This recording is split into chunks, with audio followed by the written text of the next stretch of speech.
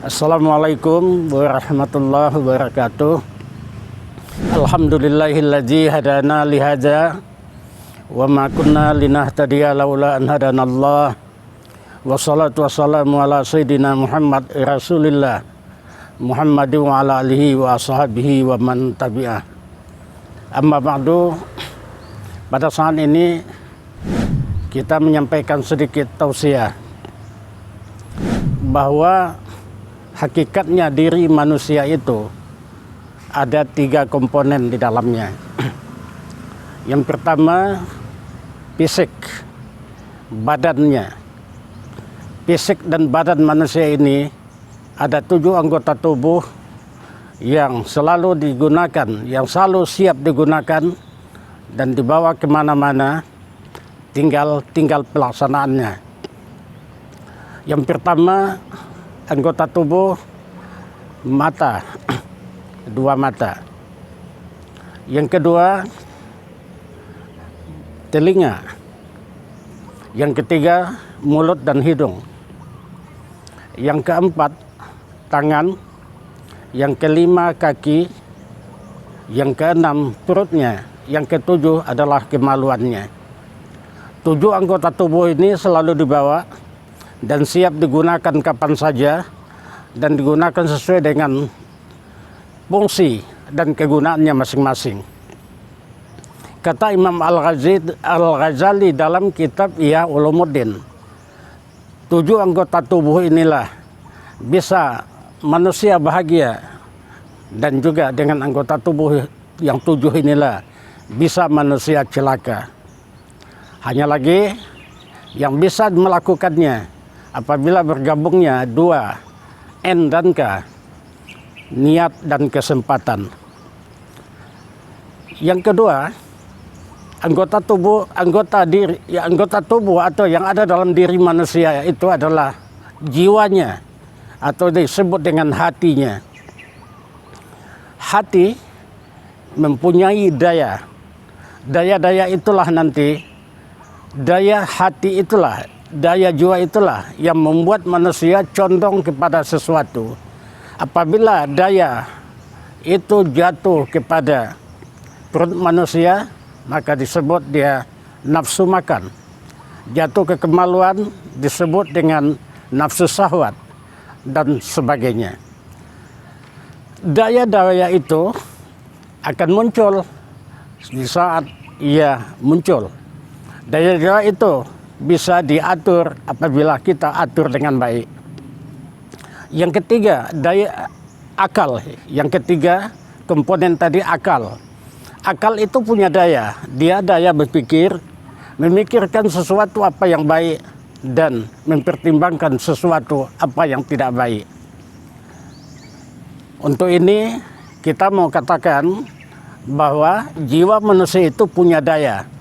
Daya-daya jiwa itulah yang akan membuat manusia beraksi, membuat manusia melakukan apa yang ia mau lakukan, membuat manusia mengerjakan apa yang ia mau ia kerjakan. Hanya kesempatan dan niatlah yang menggabungkan keduanya, dan kegiatan akan bisa dilakukan dengan baik. Ada niat, tetapi tidak ada kesempatan, maka kegiatan yang akan dilakukan tidak bisa berlaku dengan baik. Ada kesempatan tetapi niat tidak ada, juga tidak sukses. Niat yang kita maksud adalah daya jiwa. Daya jiwa yang diniatkan, yang diatur dan akan dijalankan sesuai dengan posisinya. Kemudian kesempatan adalah lingkungan. Lingkungan akan mengatur, akan membawa manusia melakukan kejahatan atau kebaikan. Di dalam kajian ilmu akhlak, tindakan manusia itu hanya 2. Kegiatan tubuh, 7 anggota tubuh manusia itu hanya 2. Satu untuk yang baik, satu untuk yang jelek. Untuk yang baik itu disebut dengan akhlak mulia. Untuk yang jelek itu disebut akhlak jelek. Yang dalam bahasa fikihnya disebut dengan maksiat. Bagaimana manusia bisa melakukan kebaikan, menguasai jiwanya, menguasai kemauannya, membetulkan niatnya. Yang pertama adalah isilah jiwa itu dengan baik. Mengisinya adalah bacalah Quran sebanyak mungkin. Itulah jalan untuk memperbaiki jiwa itu. Pada kesempatan lain, bagaimana kita jiwa kita itu supaya tenang, supaya bagus. Salatlah di awal waktu dan lakukan dengan berjamaah. Paling tidak itu 2 obatnya. Nanti kalau bisa sempat zikir dan sebagainya. Jadi 2 ini adalah sebuah jalan untuk memperbaiki jiwa. Akhlak yang baik akan lahir dengan tindakan manusia yang sesuai dengan kehendak Allah.